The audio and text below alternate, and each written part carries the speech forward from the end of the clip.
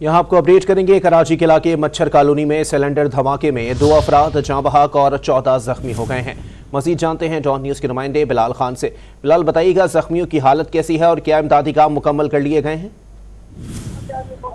जी बिल्कुल, देखिए मच्छर कॉलोनी में एक जो है गैस सिलेंडर धमाका हुआ था। धमाके के बाद जो है रेस्क्यू ऑपरेशन यहाँ पर शुरू कर दिया गया है और अब जो है वो 17 अफराद तमाम मामले में जख्मी है, जिन्हें इमदाद की जा रही है। उसके अलावा ये भी बताया जा रहा है अस्पताल जराये की जानिब से कि इस तमाम तर हादसे में जो है 4 अफराद की हालत इंतहाई तशवीशनाक है, जबकि 2 अफराद जाबाक हुए, जिसमें से एक की शनाख्त जो है वो अमीन के नाम से कर ली गई है।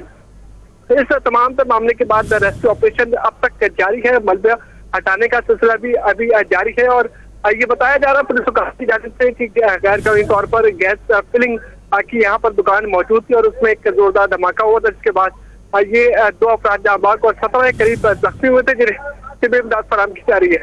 जी बहुत शुक्रिया मोहम्मद बिलाल खान अपडेट करने के लिए।